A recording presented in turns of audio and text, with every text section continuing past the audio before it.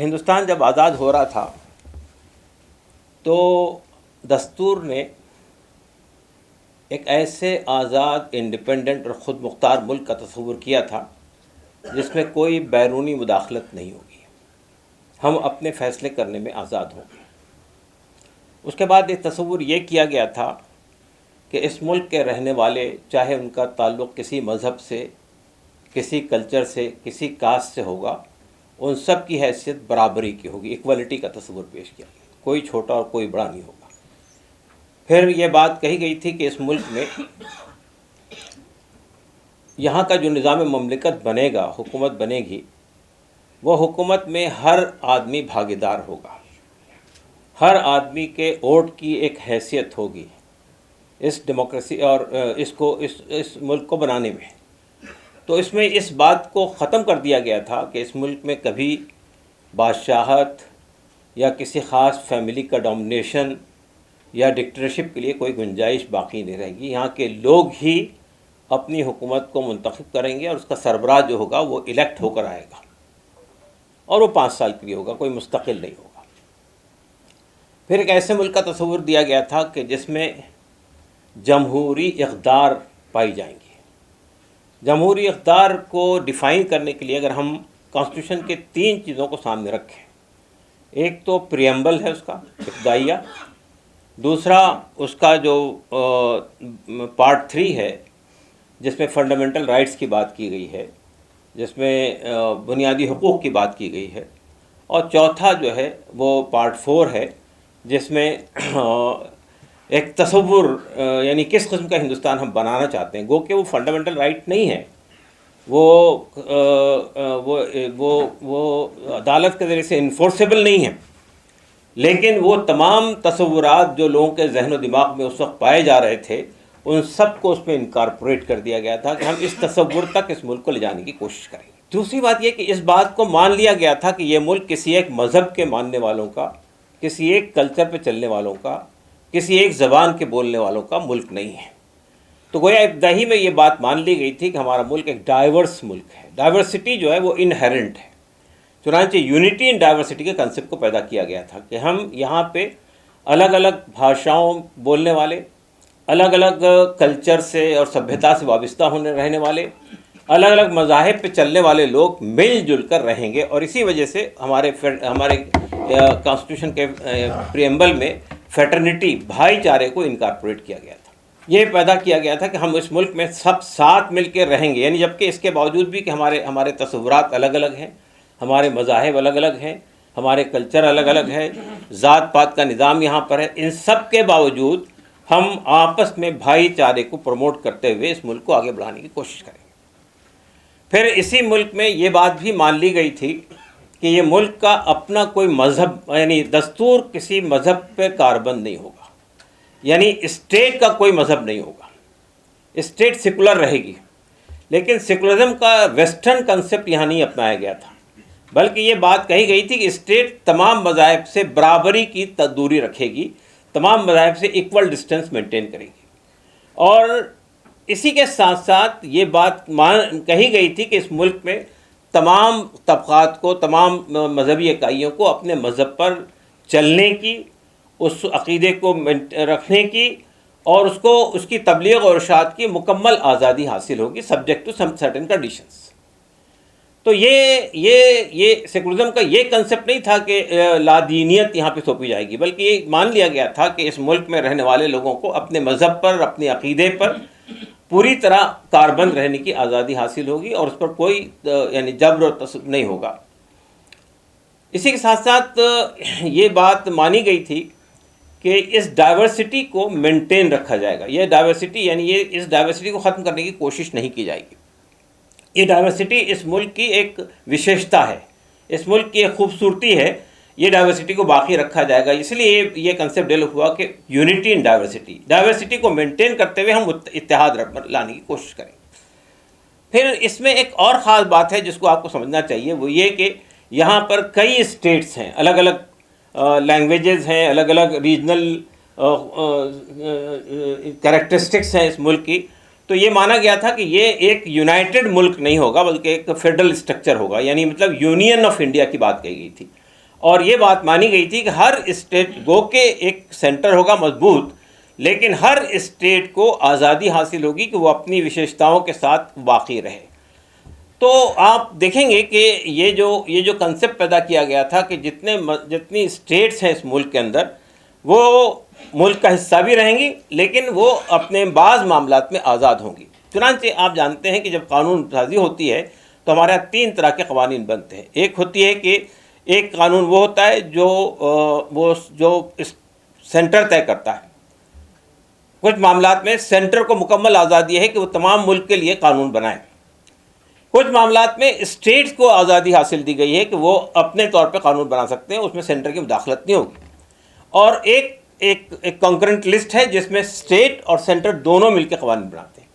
تو بہرحال اگر آپ اس کو سامنے رکھ کر دیکھیں گے تو یہ جو تصور ہے کہ اسٹیٹ کو بھی آزادی حاصل ہے وہ اپنے طور پہ قانون سازی کرے، مرکز کو بھی آزادی حاصل ہے کہ وہ اپنے طور پہ قانون سازی حاصل کرے، اور بعض معاملات میں دونوں مل کر قانون بنائیں گے۔ تو یہ جو تصور دیا گیا تھا ایک ایسے ملک کا کہ اسٹیٹ پر اوپر سے کوئی چیز تھوپی نہیں جائے گی، بلکہ کچھ چیزوں کا پابند کر کے ان کو آزاد چھوڑ دیا جائے گا۔ آئیے اب ہم دیکھنے کی کوشش کرتے ہیں یہ جو تصورات تھے، یہ جو تصور دیا گیا تھا اس ملک کا کہ ایک اور بات یہ ہے کہ قانون کی نگاہ میں سب لوگ برابر ہوں گے، کسی کے ساتھ ڈسکرمنیشن نہیں ہوگا۔ یہ جو آرٹیکل 14 ہے وہ بنیادی طور پہ یہ بات کہتا ہے کہ قانون کی نظر میں ہر شہری کی ایکول حیثیت ہوگی، برابر ہوگی، کسی کے ساتھ بھید بھاؤ اور تفریق نہیں ہوگی۔ اور پھر ایک بات یہ کہ ایک ویلفیئر اسٹیٹ کا کنسیپٹ دیا گیا تھا کہ ایک ایسی فلاحی ریاست قائم ہوگی۔ فلاحی ریاست سے مراد یہ ہے کہ ہر شخص کو چھت، ہر سر کو چھت، ہر بدن کو لباس، ہر پیٹ کو 2 وقت کی روٹی اور ہر ہاتھ کو کام۔ یہ اگر آپ وہ جو آرٹیکل یعنی دستور کا باب 4 ہے، چوتھا پارٹ ہے، اس کو اگر دیکھیں گے اس میں ایک ایسے ویلفیئر اسٹیٹ کا کنسیپٹ دیا گیا تھا جس میں یہ جو انکم کا تفاوت ہوتا ہے، ڈسپیرٹی ہوتی ہے کہ ایک بہت مالدار ہے اور ایک بہت ہی غریب ہے، تو یہ کہا ہے کہ ہم وسائل کی ایکویٹیبل ڈسٹریبیوشن کریں گے، یعنی وسائل کی منصفانہ تقسیم ہوگی۔ ایسا نہیں ہوگا کہ بہت ہی امیر اور بہت ہی غریب، اس طرح کا کوئی تصور اس ملک میں نہیں تھا۔ تو یہ اگر آپ دیکھیں گے، اور پھر یہ بات بھی مانی گئی تھی کہ ہمارے ہاں ہسٹوریکل بیک گراؤنڈ سے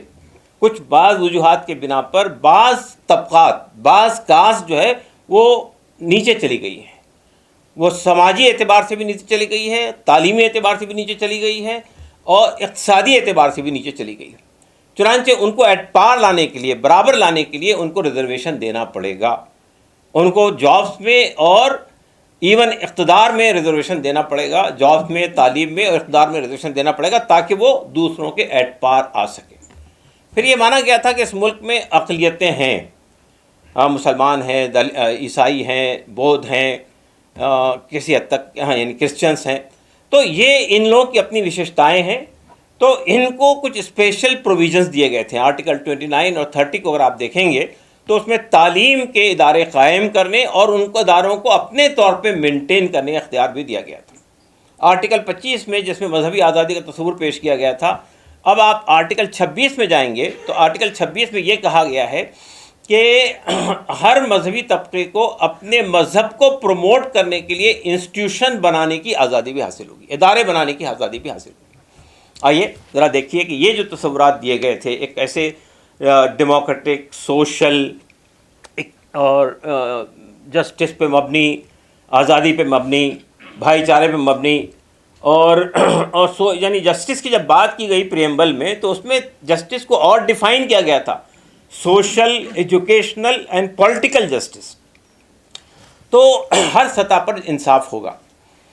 سوال یہ پیدا ہوتا ہے کہ کیا ہم اس طرح کے تصور پر مبنی ہندوستان بنا سکے ہیں؟ آپ دیکھیے کہ ہم خاص طور سے پچھلے 11 سال سے یہ دیکھ رہے ہیں کہ ایک خاص کلچر کو، ایک خاص مذہب کو، ایک خاص فکر کو سب پر تھوپنے کی کوشش ہو رہی ہے۔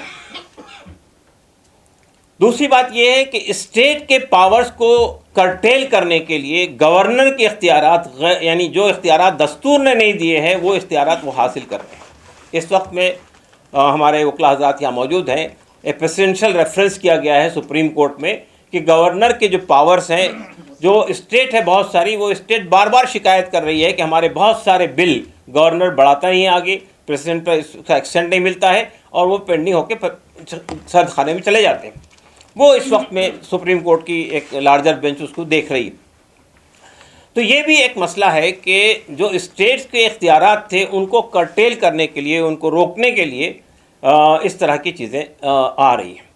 دوسری بات یہ کہ جیسا میں نے آپ سے کہا کہ یہ ملک کسی ایک مذہب کے ماننے والوں کا ملک نہیں ہے، کسی ایک زبان کے بولنے والوں کا ملک نہیں ہے، کسی ایک کلچر پہ چلنے والوں کا ملک نہیں ہے. لیکن اب کیا تصور دیا گیا؟ آپ موہن بھاگوت کی حالیہ میں جو تقریر کی گئی وگیان بھون میں، اس کو سامنے رکھیے. وہی کہتے ہیں کہ سب مذہب کے لوگوں کو رہنے کا اختیار حاصل ہے، لیکن اس ملک کی سبھیتا، اس ملک کے ہزاروں سال کی پراچین سبھیتا سب کو ماننی پڑے گی، سب کو اس پہ عمل کرنا پڑے گا. یہ جو کلچرل آئیڈینٹی ہے، یہ کلچرل آئیڈینٹی کو ختم کرنے کی بات کر رہے ہیں. اور یہ جو ون نیشن ون الیکشن کا جو کنسیپٹ لایا جا رہا ہے، یہ یہاں ون نیشن ون الیکشن کے کنسیپٹ کو بھی اگر آپ دیکھیں گے تو بنیادی طور پہ وہ اسٹیٹ کے جو اختیارات ہے اس کو ختم کرنے کی، اور الیکشن کے موقع پر اسٹیٹ کی جو خاص باتیں ہوتی ہیں ان سب کو ختم کر کے ایک سینٹرلائز نظام لانے کی کوشش کی جا رہی ہے. تو یہ بھی وہ یونین آف انڈیا کا جو کنسیپٹ ہے اس سے متصادم ہے. پھر یہ ون نیشن ون الیکشن تک بات محدود نہیں رہیں گی، one nation one religion, one nation one language. اور یہ انہیرنٹلی یہ چیزیں لائی جاتی ہے کہ ہندی زبان کو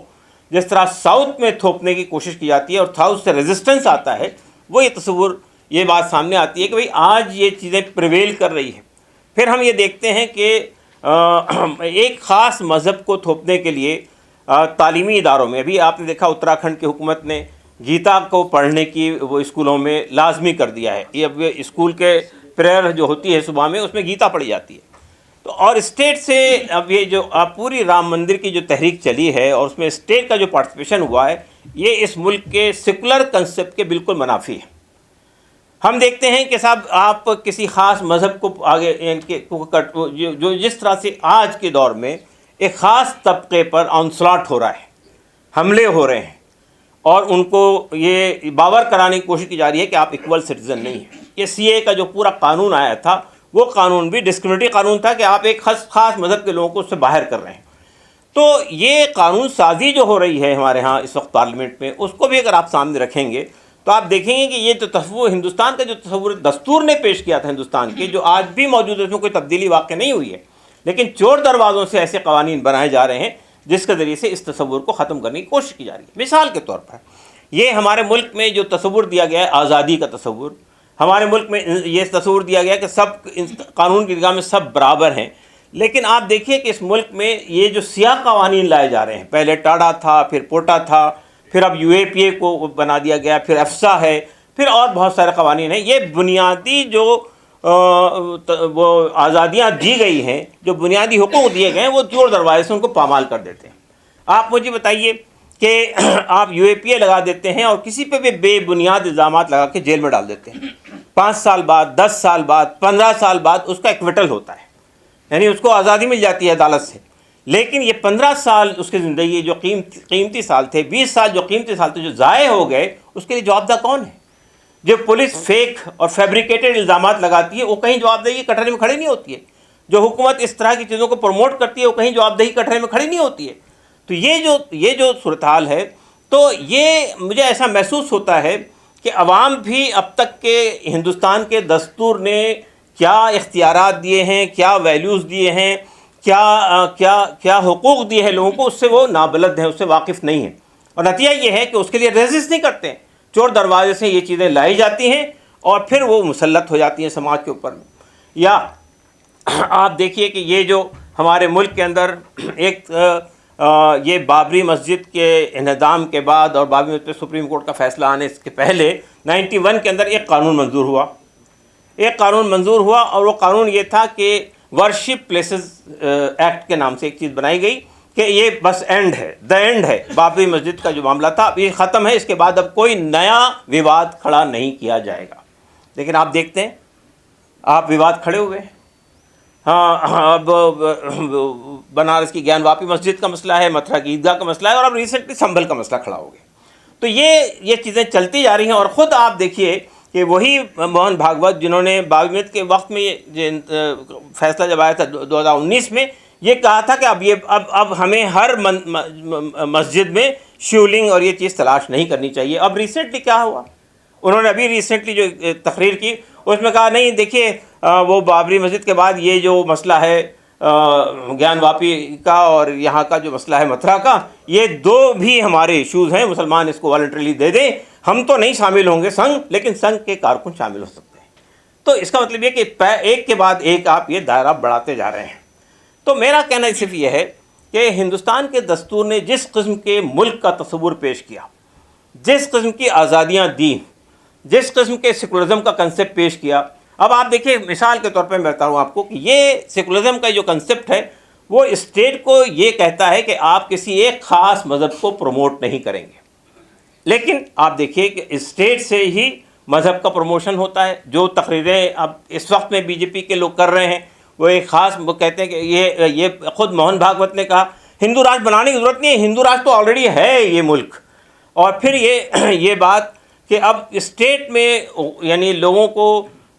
پربھاوت کرنے کے لیے، ان کے ووٹ حاصل کرنے کے لیے اب اسٹیٹ کے لوگ جو ہیں وہ بہت سارے مذہبی تقریبات کرنے لگے. ابھی ریسنٹلی ممتا بنرجی نے بہت سارے مندروں کو بہت بڑا کنٹریبیوشن دیا، بہت ساری چیزوں کو پروموٹ کرنے کی کوشش کی. تو میں یہ کہنا چاہتا ہوں کہ جس سیکولر کنسیپٹ کو انڈیا کا دستور پیش کرتا ہے وہ یہ کہتا ہے کہ آپ ایکول ڈسٹینس مینٹین کریں گے تمام مذاہب سے، اور اسٹیٹ کا کوئی مذہب نہیں ہوگا. لیکن اسٹیٹ ہر وقت اس معاملے میں انٹر کر کے اس تصور کو پامال کر رہی ہے. یہ مسئلہ صرف ایک خاص